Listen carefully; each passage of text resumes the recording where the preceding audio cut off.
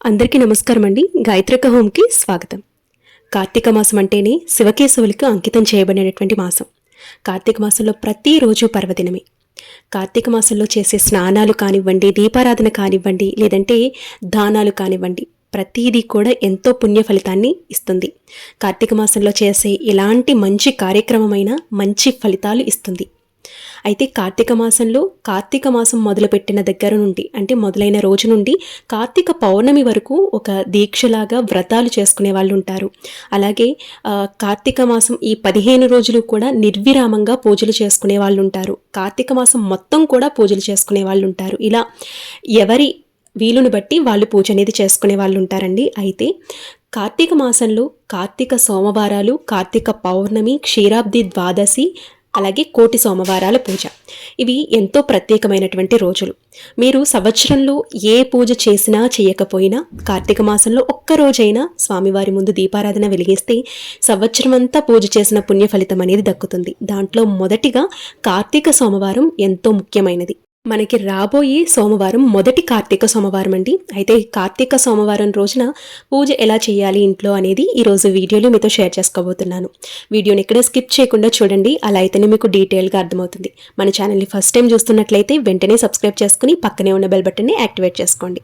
కార్తీక మాసంలో కార్తీక సోమవారం రోజున ఉదయాన్నే నిద్రలేచి ఇంటినంతా శుభ్రం చేసుకుని, గడపని కూడా శుభ్రం చేసుకుని, గడప ముందు ముగ్గు వేసుకుని, గడపకి పసుపు కుంకుమ రాసి అందంగా అలంకరించుకోవాలి పూలతో. అంతేకాకుండా మీకు నిన్న ఆల్రెడీ వీడియో చేసి పెట్టాను కదండి, కార్తీక మాసంలో మొదటి రోజు పూజ ఎలా చేయాలనేది. అలాగే కార్తీక సోమవారం రోజు కూడా మీరు నదీ స్నానం ఆచరిస్తే మంచిది. మీకు దగ్గరలో నదులు కానీ, కాలువలు కానీ, చెరువులు కానీ, బావి కానీ వీలు లేదు అనుకుంటే కనుక ఒక ఇత్తడి కానీ, రాగి కానీ చెంబుని తీసుకోండి. చెంబు నిండుగా నీళ్లు వేసి అందులో పసుపు కుంకుమ అక్షింతలు, ₹2 కాయిన్, పుష్పాన్ని ఉంచండి. ఇలా వేసిన తర్వాత శివుడికి ప్రధానమైనటువంటి స్థానం ఈశాన్య స్థానం. ఈశాన్యంలో ఈ చెంబుని ఉంచి చెంబుకి కిందన అంటే నేల మీద పసుపు రాసి ముగ్గు వేసి పసుపు కుంకుమ అక్షింతలతో అలంకరించుకొని అక్కడ దీపారాధన చేసుకోవాలి. అంటే ముందుగా గంగా అమ్మకి పూజ అనేది చేసుకోవాల్సి ఉంటుంది. ఇలా పూజ చేసుకున్న తర్వాత అక్కడ మీరు ఉసిరి దీపాలు వెలిగిస్తే చాలా మంచిదండి. అంటే ఫస్ట్ రోజు చేసిన ప్రాసెస్సే సోమవారం రోజు కూడా చేయొచ్చు. అప్పుడు చేసుకోలేని వాళ్ళు ఈ సోమవారం రోజు కూడా చేసుకోవచ్చు అన్నమాట. ఈ విధంగా ముందుగా గంగమ్మ తల్లిని పూజించి నమస్కరించుకోవాలి. తర్వాత ఒక చిన్న బెల్లం ముక్కనైనా నైవేద్యంగా ఉంచి దీపధూపాన్ని చూపించి ముందుగా ఆ గంగమ్మ తల్లిని వేడుకోవాలి. తరువాత అయితే మనం ఏ పూజ చేసినా, ఏ వ్రతం చేసినా వినాయకుడిని కొలుస్తాం కాబట్టి మనం ప్రతి పూజలోనూ వినాయకుడిని పూజించుకోవాల్సి ఉంటుంది. తరువాత గడప దగ్గరికి వచ్చి గడపకి కూడా పసుపు కుంకుమ అక్షింతలు పూలు సమర్పించి గడపని కూడా పూజించుకోవాల్సి ఉంటుంది. గడపకి ఇరువైపులా కూడా దీపారాధన చేసుకొని మట్టి ప్రమిదలు పెట్టుకోవాల్సి ఉంటుంది. ఈ విధంగా లక్ష్మీ దీపాలని గడపకి ఇరువైపులా పెట్టుకున్న తరువాత గడపని కూడా నమస్కరించుకోవాలి. ఎలాంటి గండాలు మా ఇంట్లోకి చేరకుండా చూడు తల్లి అని నమస్కరించుకోవాలండి. ఎందుకంటే గడప గండం కాస్తుందంట. కాబట్టి గడపకి ముందు పూజ అనేది చేసుకోవాలి. గడపలో కూడా అమ్మవారు కొలువై ఉంటారు కాబట్టి ముందుగా లక్ష్మీ అమ్మవారికి పూజ అనేది చేసుకున్న తరువాత ఇంట్లోకి వచ్చి మీరు పూజని ఆచరించాల్సి ఉంటుంది. అయితే కార్తీక సోమవారం రోజున చాలామంది 365 ఒత్తు కూడా వెలిగించుకుంటూ ఉంటారండి. అది ఇంటి ఆవరణలో వెలిగించుకోవచ్చు, లేదు అంటే ఇంట్లో పూజ గదిలో వెలిగించుకోవచ్చు, అంటే పూజా మండపం దగ్గర వెలిగించుకోవచ్చు, లేదు అంటే ఆలయంలోకి కూడా మీరు వెళ్ళి వెలిగించుకోవచ్చు అనమాట. ఇలా చేసుకోవాల్సి ఉంటుంది. చాలామంది ఆకాశ దీపం కూడా వెలిగిస్తూ ఉంటారండి. అయితే ఆకాశ దీపం ఆలయానికి వెళ్ళి వెలిగించలేము అనుకున్న వాళ్ళు ఇంట్లో కూడా ఆకాశ దీపం అనేది వెలిగించుకోవచ్చు. అంటే ఆవరణ మీకు బాల్కనీ ఉంటే బాల్కనీ దగ్గర కూడా ఆకాశ దీపం పెట్టుకోవచ్చు అనమాట. ఈ విధంగా చక్కగా కార్తీక సోమవారం రోజు ముందు అమ్మవారికి అంటే గంగా అమ్మవారికి పూజ చేసుకున్న తర్వాత గడపకి పూజ చేసుకోవాలి. తర్వాత లోపలికి వచ్చి శివ పార్వతులకి పూజ చేసుకోవాల్సి ఉంటుంది. ఇలా పూజ గదిలోకి వచ్చిన తర్వాత పూజా సామాగ్రి అంతా కూడా సిద్ధం చేసుకోవాలి. ముందు రోజు ఉన్నటువంటి పూలన్నీ కూడా నిర్మాల్యం చేసి కొత్త పూలని పెట్టుకోవాల్సి ఉంటుంది. పరమేశ్వరుడికి శంకు పూలన్నా లేదంటే తెల్ల జిల్లేడు పూలన్నా చాలా ప్రీతండి. ఏమీ లేవు అనుకుంటే కనుక మీకు అవైలబుల్గా ఉండే ఫ్లవర్స్తో అలంకరించుకోవాలి. అయితే కార్తీక మాసంలో ప్రతిరోజు కూడా తెల్లవారుజామునే లేచి నక్షత్ర చూసి అంటే చుక్కను చూసి మీరు పూజ చేసుకుంటే చాలా మంచిది. లేదు అంటే కనీసం మీరు కార్తీక సోమవారం రోజైనా తెల్లవారుజామునే చుక్క ఉన్నప్పుడే అంటే తెల్లవారుజామునే నక్షత్రం ఉన్నప్పుడే మీరు గంగమ్మ తల్లికి పూజ చేసుకోవటం కానివ్వండి, గడపకి పూజ చేసి గడపకి ఇరువైపులా దీపారాధన చేసుకోవటం కానివ్వండి, అలాగే పూజ కూడా మీరు నక్షత్రం ఉన్నప్పుడే చేసుకుంటే చాలా మంచిదండి. ఇంత తెల్లవారుజామునే మాకు పూజ అవ్వదు అనుకుంటే నక్షత్రం ఉన్నప్పుడే గంగమ్మకి కానీ లేదంటే గడప దగ్గర కానీ ఇరువైపులా దీపారాధన చేసుకోవచ్చు. తర్వాత ఇంట్లో పూజ నిదానంగా చేసుకోవచ్చు అనమాట. కొంతమంది నదీ స్నానం ఆచరిస్తారండి. నదులకు వెళ్ళి అక్కడ నీళ్ళల్లో దీపాలు వెలిగించి వదిలి అక్కడ నమస్కరించుకున్న తర్వాత ఇంటికి వచ్చి పూజ చేసుకున్న తర్వాత పగలంతా ఉపవాసం ఉండి సాయంత్రం అల్పాహారం తీసుకునే వాళ్ళు కూడా చాలామంది ఉన్నారండి. అయితే ఉపవాసానికి కూడా ఇక్కడ ఎంతో ప్రత్యేకత ఉందన్నమాట. కార్తీక సోమవారంలో రోజంతా కూడా ఉపవాసం ఉండి సాయంత్రం నక్షత్రం చూసి మరొక్కసారి స్వామివారికి పూజ చేసుకుని ఉపవాస దీక్ష విరమించి అల్పాహారం తీసుకోవాల్సి ఉంటుందన్నమాట. మీరు ఉపవాసం ఉండగలిగితే ఉండొచ్చు. మీ ఆరోగ్య రీత్యా మీ పరిస్థితుల రీత్యా మీరు ఉపవాసం అనేది మీ ఇష్టం మీద ఆధారపడి ఉంటుందన్నమాట. ఈ విధంగా చక్కగా అలంకరించుకుని పూజా మందిరాన్ని కూడా అలంకరించుకున్న తర్వాత ముందుగా దీపారాధన చేసుకోవాలి. వినాయకుడిని తలుచుకుని వినాయకుడికి ముందుగా పూజ చేసుకుని మేము ఈ చేసే పూజల్లో ఎలాంటి ఆటంకాలు లేకుండా చూడు స్వామి అని నమస్కరించుకొని మేము తలపెట్టే ఏ కార్యక్రమంలోనైనా విజయాలు సాధించేటట్టు చూడు స్వామి అని నమస్కరించుకొని పూజ అనేది చేసుకోవాల్సి ఉంటుంది. అలాగే ఇక కార్తీక సోమవారం రోజున శివపార్వతులు కుటుంబ సమేతంగా ఉన్నటువంటి శివపార్వతుల ఫోటో తీసుకుని అందంగా అలంకరించుకుని పూజ అనేది నిర్వహించుకోవాల్సి ఉంటుంది. ఈరోజు ప్రత్యేకంగా స్వామివారికి పిండి దీపారాధన చేసుకుంటే చాలా మంచిదండి. 1 కానీ 3 కానీ 5 కానీ 7 కానీ ఇలా బేస సంఖ్యలో పిండి దీపాలు తీసుకుని ఇలా ఏర్పాటు చేసుకుని దీపారాధన చేస్తే చాలా మంచిది. ఈ విధంగా దీపారాధన చేసుకున్న తర్వాత మీ దగ్గర చిన్న శివలింగం లాంటిది ఏమైనా ఉంది అనుకుంటే శివలింగానికి చక్కగా అభిషేకం అనేది నిర్వహించుకోవచ్చండి. లేదంటే సాయంత్రం పూట కూడా శివలింగానికి అభిషేకం అనేది చేసుకోవచ్చు.